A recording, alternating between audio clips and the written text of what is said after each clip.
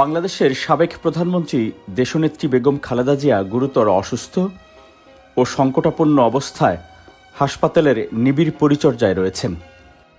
তাঁর রোগমুক্তির জন্য দলমত নির্বিশেষে দেশের সকল স্তরের নাগরিক আন্তরিকভাবে দোয়া অব্যাহত রেখেছেন। মাননীয় প্রধান উপদেষ্টা তাঁর রোগমুক্তির জন্য দোয়ার সাথে সাথে চিকিৎসার সর্বত সহায়তার প্রতিশ্রুতি ব্যক্ত করেছেন। দেশ বিদেশের চিকিৎসক দল বরাবরের মতো তাঁদের সর্বোচ্চ মানের পেশাদারিত্ব ছাড়াও সর্বোচ্চ আন্তরিক সেবা প্রদান অব্যাহত রেখেছেন।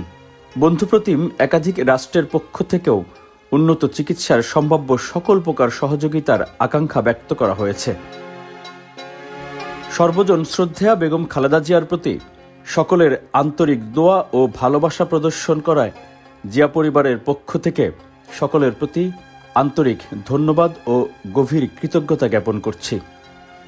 একই সাথে বেগম খালেদা জিয়ার আশু রোগ মুক্তির জন্য সকলের প্রতি দোয়া অব্যাহত রাখার জন্য ঐকান্তিক অনুরোধ জানাচ্ছি।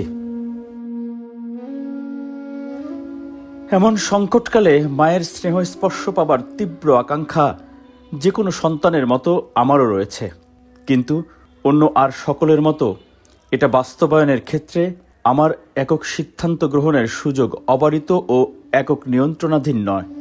স্পর্শকাতর এই বিষয়টি বিস্তারিত বর্ণনার অবকাশও সীমিত।